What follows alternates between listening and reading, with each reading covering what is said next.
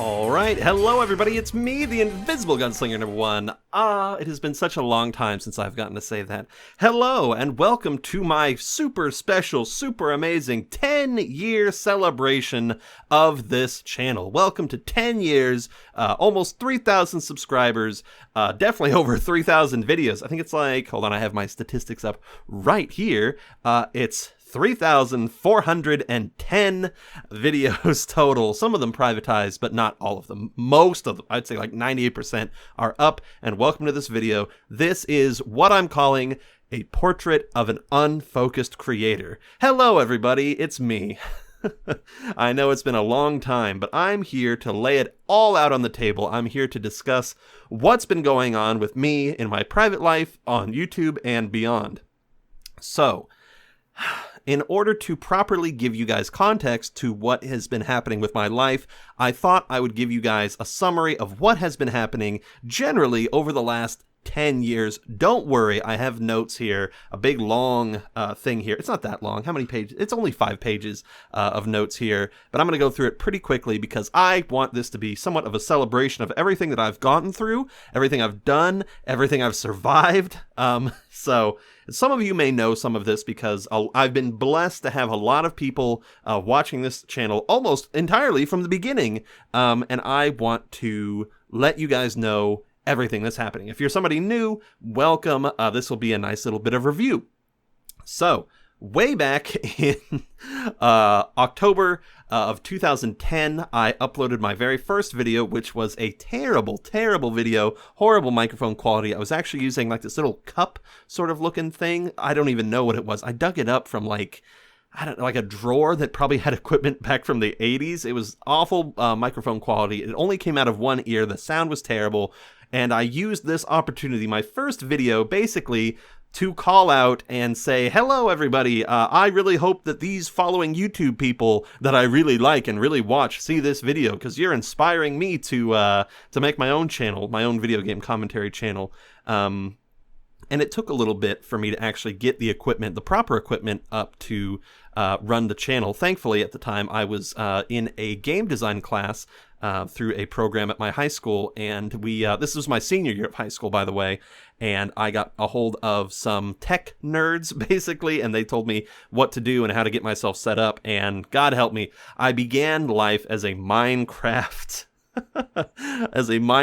Let's Player, and those videos they're nostalgic now, but man, they were pretty bad, and I remember actually downloading a few custom maps and making my own little series through that. So that's where it began. But before I get into what happened on my channel, I want to go behind the scenes, behind the camera, and explain to you guys how I've been handling myself as a human being since those dogged days way back when. So, I graduated from my high school career finished up when I was just starting the channel. I think I was only like a month away from finishing up high school when I started the channel, so I had a bunch of time during the summer to really pump out a lot of videos. And immediately after high school, I had no idea if I was going to go into college. I had no goals or aspirations or anything, but I figured at the very least I should get a job. So it took me a few months, but I eventually got a gig working at Toys R Us, of all things, which did not go well. I was fired after only a month because I had very poor sales numbers, and I was not good at giving away, quote-unquote, giving away credit cards and extended warranties, which is what they expect from you. They really want you to push that stuff on people, and I was never comfortable with that. So they kicked me out, and it took me about another month. I had a pretty bad bicycle accident where I broke my thumb, and that forced me to look online, actually, on Craigslist. I was very hesitant to go on Craigslist and look for any sort of job on there, because, Craigslist at the time was even sketchier than it was now, arguably. So, but I did find a job, and that's where I worked as a wedding server. I worked at a company named Beats Hospitality, B-E-T-S, Beats Hospitality, where I worked at their 2 locations, Casa Real and the Palm Event Center. And I would work there for about 6 years. I would go from being a server to a head server to a bartender to almost being considered for a management position. And During this time, I used the money from this job to put myself through community college and build my own computer, which I happen to still use to this very day. My dear friend, the Unknown, helped me build this way back when in like a 14-hour long Skype chat, basically talking me through how to put it together, and it still works perfectly fine to this day. Oh man. So that's kind of crazy. I built this like in 2012, so it's almost 9 years old. Jesus Christ. So then, I spent 2 years going real slow at the community college. I only took like 2 classes, like in a semester. I was still really worried about what I was going to do. I took a radio class. I had no focus at all, which, as you'll see going forward, is a bit of a theme in my life. But then I guess things started to happen which you would probably consider negative, and I definitely do. I don't know why I led into that saying like, oh, you'd probably think that this is negative. No, a lot of bad things happened in my life. And the first big thing is that my sister fell down the stairs having a diabetic seizure that almost killed her, and it broke her arm so badly that she had to have a metal plate stuck in, and I heard her fall down the stairs. It was the worst thing ever. And then about, 3 months later, that home that we lived in, my childhood home, suddenly got foreclosed on due to, pretty big financial issues. It was in a real upscale town that my grandparents had lived in, and they had willed us the house, and we just couldn't keep up with the property taxes. So I had to leave my school. I had to get out of community college to help my family move out, and we lived in a hotel for about 3 months while we attempted to find a new home. And we did. We eventually moved out here to where I currently live, Modesto, California, which is a terribly hot, terrible place to live. I hate it here, but I was lucky enough to find a nice little niche place to live. And at the time, back in, God, that must have been August of 2015, I resumed college, this time more seriously, going to another community college, and I kept working at the event center job, despite it being an hour-and-a-half commute. The money was just too good to give up. I was making $4 or $5 over minimum wage. It was amazing. I just could not stop working there, even though it was really putting a toll on my mental and physical health, basically. And then a few months later, I fell in love for the first time and had a good old time. Perfect year, actually, for the most part, in 2016.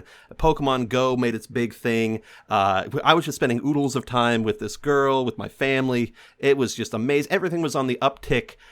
And then Trump got elected. And it seems like a lot of bad things happened after that. The girl I was in a relationship ghosted me for 3 months before breaking up with me the day before Christmas. I completed my time at community college, which was great, but then I had no idea what to do. A few months later, I would get into the college that I'm currently at now, Stanislaus State University, which has been wonderful. I love where I am right now. I love the staff there. But a few months after that, in 2017, while driving home from my job at like 2:30 in the morning, I suffered a terrible car accident, completely destroying my car, scarring my arm, and giving me some serious damage on my tailbone. The recovery was really rough, and it was actually so rough that I could not get out of bed for about 5 weeks. But thankfully, it was during the summertime. I had some online classes I was taking, and I managed to push through. It gave me some motivation. I read the entirety of the Berserk manga at the time, and that actually inspired me to get a Brand of Sacrifice tattoo over the scar on my arm, because unfortunately, during the car accident, which was not my fault, there was somebody parked sideways in the middle of a freeway. That person, unfortunately, either from their injuries or from me hitting them, did pass away. And I felt that it was appropriate that I would get a Brand of Sacrifice on my arm, because I do feel like ever since then, ever since that horrible, horrible night, I've been cursed with this body that doesn't quite work as well. It's definitely a little bit troublesome to get up and about sometimes. So that happened in 2017.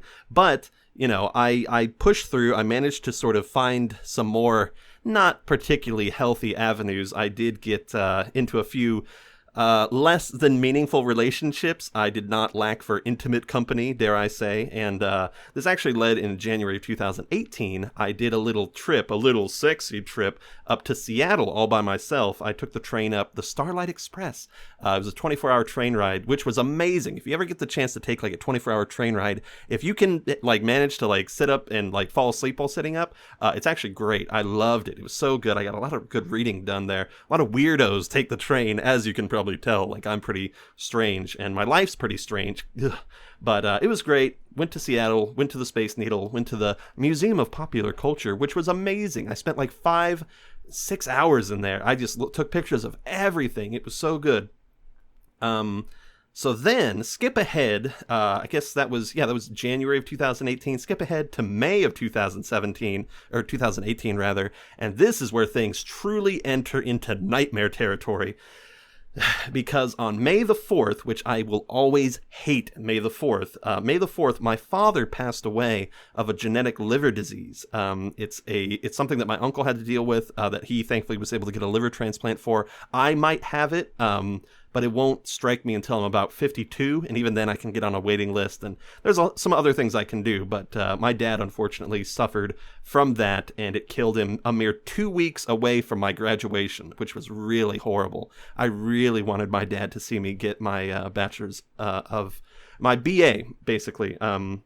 And in the same month, 2 weeks later, I did graduate with my BA in English, magna cum laude, which means with high honors, and I was lucky enough to go with my aunt and uncle. They were already planning a trip somewhere, and I went with them as a graduation thing. I went to Scotland, England, and France for a 2-week trip, and this sort of gave me some time to absorb my father's death and reflect on it. And sadly, terribly, one of my coworkers tipped off my boss about this trip, which was during the busiest time of the year for weddings, and my boss got really mad that I listed myself as unavailable. I actually said I was sick about like a week ahead of time.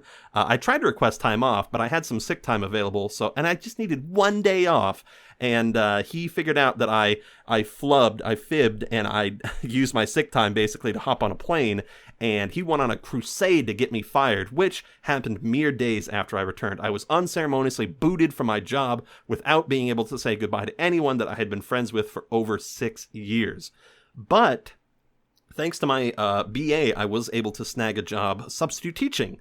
And I did substitute teaching for about a year. I did so to get a feel for the public school system out here and decide if I was going to teach kindergarten or the high school levels. And after suffering at the hands of every grade level, those little bastards, I decided that the best option for me was to take the money that I had gotten from substitute teaching and return to college to get my master's, which I did. I did a bunch of fun classes. Sorry about that. I'm getting a little choked up here.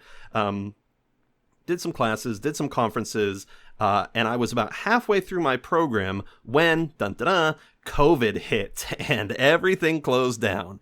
And I've been very, very, very meticulously taking care of myself so that my sister does not get COVID, because she has cystic fibrosis, which is a very virulent and violent and deadly, terminal technically, disease that directly affects the lungs. So if she was to get COVID, she would probably die.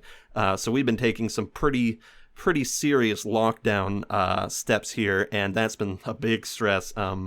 But thankfully, due to working as a substitute at the time when the lockdowns happened, I was directly able to benefit from the very, very little financial aid that came from the government here in America, because we've been fucking messing this thing up. It's such a joke. But I was able to collect some fat unemployment checks, and I used it to pay off my student loans and my car. And now I've just been saving up because as of August 2020, I started working as a paid teacher's assistant for 2 undergraduate classes and as the editor-in-chief for my school's art and literature journal, which I have been editing off and on since 2017. But this is the first time that I'm getting paid to do so, and it's salary pay, I might add. And just yesterday, I finished submitting my applications to the University of Washington and the University of Oregon in the hopes of being admitted into their ph.d. programs, which would be another 5 years of school, but would allow me to work as an independent professor during that time. During the schooling, I would be able to run my own classes and make some very serious money. I'm talking like probably triple what I'm making now. And it would allow me to explore my own interest, basically let me live on my own for the very first time, leaving my dear mother and sister to fend for themselves, which is difficult because of my sister's condition and my mother's near deafness. But working at the PhD level is the only way that I would be able to get access to a tenure track job But even if I don't get admitted to the PhD programs, I'll probably stay on at my current school and get what's called a dual concentration, which is basically where I'll have a master's in both areas of the the English department, which is currently I'm getting it in English literature, which is arguably the hardest one, and then the other in this thing called RTW, which is the rhetoric of teaching writing. And I could stay here and finish writing my book of short stories that I've started this year, which is currently sitting at 86,000 words. I need to get to 145 before I feel comfortable publishing it, but it's more than halfway done.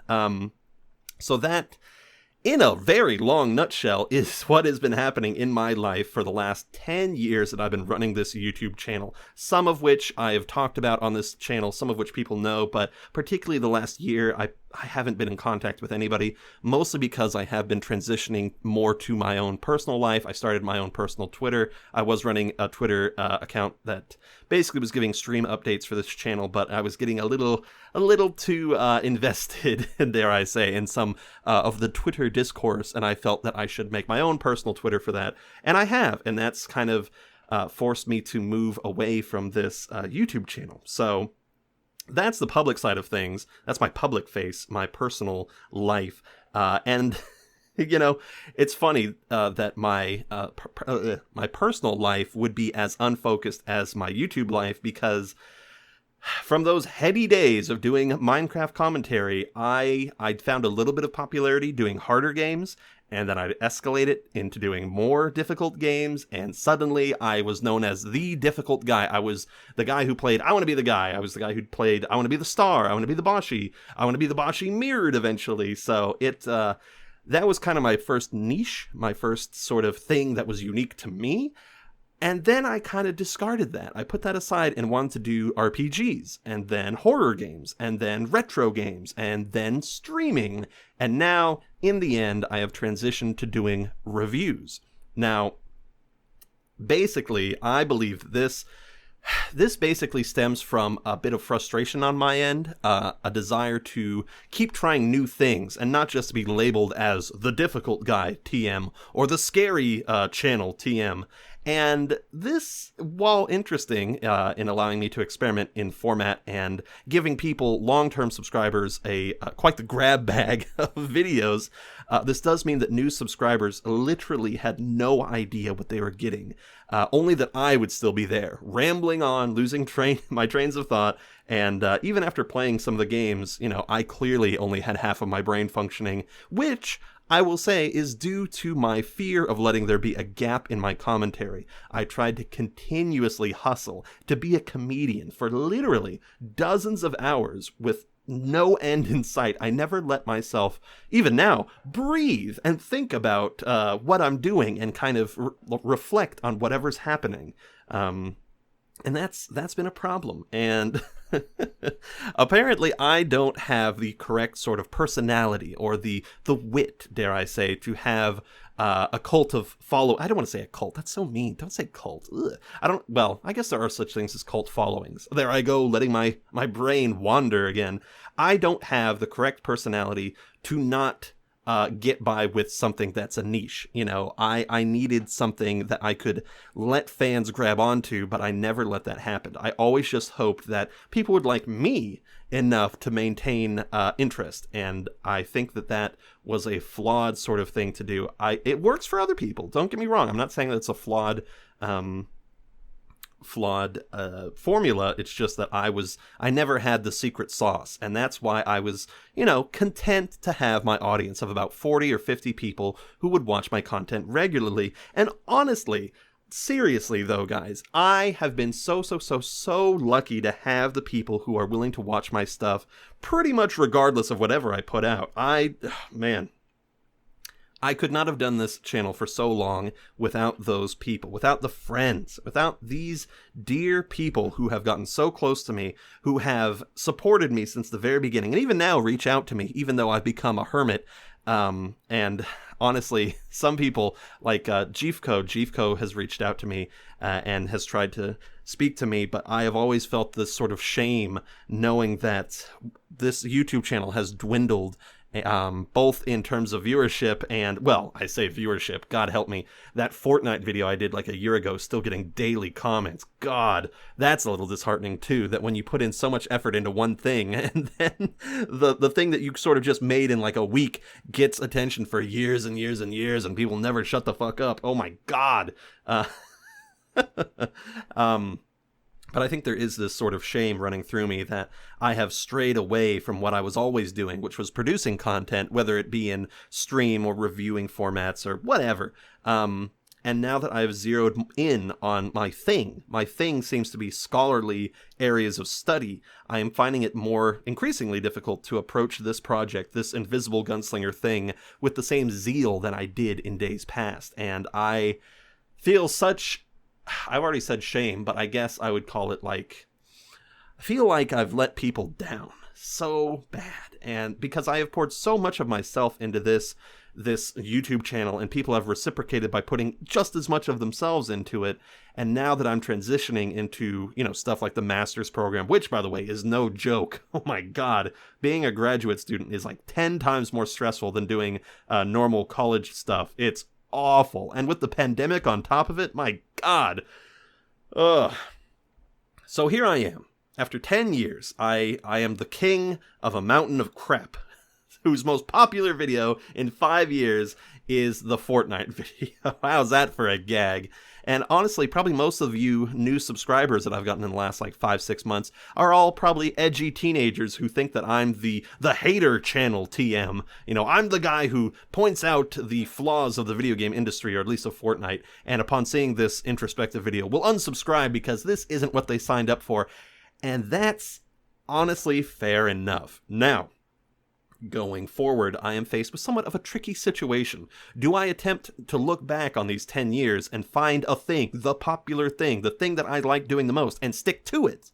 Or do I just keep doing reviews on YouTube, which I really like doing, but is not very popular? And do I keep, any sort of gameplay that I do exclusively on the streaming platform, whether that be Twitch or YouTube streaming, whatever the fuck they're calling it? Or do I just upload highlights from Twitch onto YouTube? If I get accepted into the ph.d program and live in an apartment, probably in Seattle, ooh, I wish, I really hope that I get into that. Would I even be possible if I have to keep doing YouTube stuff? If I have noisy roommates? I don't know. I think I'd probably make enough money to live on my own, but what if, at this point you may be fearful that I'm thinking of doing something crazy, like shutting down the channel or deleting a bunch of videos, which I will never do. I consider that completely unacceptable to flush 10 years worth of work and investment and over 3,000 videos down the frickin' toilet. No way will that ever happen. Everything that is up, God willing, will stay up. Don't fuck with me, YouTube. I know you've been screwing with a lot of people, but, don't take all of this away from me, because it has literally been a decade's worth of care and attention. But now, I do have the know-how on how to create videos, and I have the equipment, I have the games. I've got everything right here. It's just the time and the motivation. It is, what am I going to get out of this? What can I put into this? And what kind of enjoyment are people going to get out of this? I've got the drive. I definitely will always have some sort of content creator energy to me. I actually, just a few weeks ago, started up a podcast. Yeah, I started up a podcast talking about horror movies, since I was doing a bunch of writing on horror films, particularly intersections between horror movies and Western movies, which you would be surprised that there's actually quite a bit of them. Stuff, not just like genre blending stuff, like From Dusk Till Dawn. I'm trying to think of some other ones, like Jonah Hex. There's other ones that are both horror and set in the West. Like, you could argue that The Shining is sort of like a white Western because it's set in Colorado, and it's most certainly a horror movie. Or you could say like The Revenant. The Revenant is a recent Leonardo DiCaprio movie that did that sort of thing. Or Bone Tomahawk. Bone Tomahawk's another good movie to do this sort of intersectionality thing, because it's got Kurt Russell in it, and Kurt Russell was in The Thing, which is also set in a white, snowy place, and is clearly a horror movie. Anyway, so you can see that I could really talk about about these intersections a lot, and that I'm putting a lot of effort into my podcast, which is so easy. I gotta say, speaking as someone who's done a lot of video editing over the last 10 years, it is so nice to just be able to talk into the microphone and bam, upload the audio files in like 5 seconds. It's amazing. No longer do I have to wait in like 8 hours for I'm trying to think of like the longest video I made. Yeah, like a 2-hour long video to render for like 10 hours. Oh, it was awful. And then if my computer crashed and I have to restart the whole thing, it was So now I don't know if I should put up those streaming files on this channel. Should I continue to kind of spread myself too thin? Should I continue to confuse possible upcoming subscribers? Like, wait a minute, this guy's doing horror podcasts, but he also does video game reviews, but he also puts up gameplay stuff from Twitch? No way. People, let's be honest, are not that focused. People want quick content, people want easy to absorb content, and they want the same stuff from the same person. And I'm telling you what I've seen, guys, and I do it too. You know, we have busy lives. We want to consume content in bite-sized chunks. All right, it's like having the little chocolates out of the box. We don't want to have a gigantic bar of chocolate. Just give us a little bit, and we'll eat the same amount as that big bar of chocolate, just in little tiny snippets. Seeing the actual bar itself is a little intimidating, might I say. So I guess the simplest solution to this would just be to fucking make a second channel. But I do like having everything in one place, and I have a nasty feeling that a second channel would similarly explode into a massive unfocused mess like this one. So even now, after 10 years on this platform, I have no idea how to run it or give people what they want. However, I do know how to write a mean paper about occult themes running through the works of Nathaniel Hawthorne, John Ford, and Christopher Marlowe, which might earn me a teaching position in English classes centered around the intersectionality of the horror and, you know, maybe the revenge tragedy format. And, you know, it's it's interesting how I've always been talking and evaluating stuff, and now I have the potential to make it a fucking career. Could you imagine getting taught by me, getting attended to Dr. Gunslinger? My God. So I think that this approach, this total scattershot sort of thing that I've been doing, is why I've been able to put out so many videos, because the next big thing has always been over the horizon. You know, oh, this will be it. I'll start playing Resident Evil 4, or I'll start playing Serious Sam 3, or whatever, and that'll be the thing that really jettisons me up into the public eye. And I have to confess, you know, I really don't like looking at this in a boo-hoo, I'm not popular sort of way, because honestly, I'd probably get overwhelmed if I had more than 10,000 subscribers, but it is a little demoralizing seeing people who do the exact same thing you do, and usually do it worse, and get a shitload more of attention. We all have gone through that, because a lot of people who watch me are also creatives, are also content creators, and they know the feeling of seeing someone just shit out something and get a babillion hits, and that is really awful, and it does make the process feel unrewarding. Now, don't get me wrong, I have been so blessed to get so many great interactions from this thing, from this this whole product, I guess you would say, this whole experience that I've been developing. But there are times, there are those dark moments where I look at my video counts and see that I got like, you know, I spent like 2 weeks working on one of the reviews, on the Grim Fandango reviews, and I think it has under 200 views. And that really sucks. That really sucks. So I guess the summary of the situation is that there are some really, truly big things on the horizon in my personal life, and an overwhelming feeling of guilt, shame, and frustration in this YouTube project that I have literally put a decade, 10 fucking years of my life into. So I'm going to be thinking about what to do next. I'm going to take a lot of feedback from this video. I want to see what you guys think, what you think would be the best way of going about this problem that I'm having, and I want to wait to see if I'm actually getting into any of these PhD programs, and I will evaluate my living situation, what it's going to be like for the next 5 years, if I can even find an apartment, what's going to happen, and I'm going to be asking myself some tough questions, like, should I just keep producing reviews on YouTube. I mean, I'm getting some of my other reviews published in actual journals. You know, I've done some movie reviews that I've been paid to do them now. So should I just do these reviews on YouTube where I'm getting nothing out of it? I hate to say this. I hate to sound like a snarky asshole, but my time is worth more than nothing, you know? Or should I incorporate more projects like my podcast or the streamings in the hope of getting attention? Should I just really produce more stuff and keep hoping that more things will happen? Or should I do a general restructuring of my channel? Should I put everything that I've done so far, everything that's happened, and just say, this is Gunslinger Part 1, with the next 10 years being a more rigid and focused experience? Should I maybe make a channel called The Invisible Gunslinger 2? You know, I don't know. I started this channel in the hopes that I would entertain people, and I would say it has been a rousing, rounding, amazing success. And if I never put up another video, I would consider this a bigger success story than I ever could have imagined.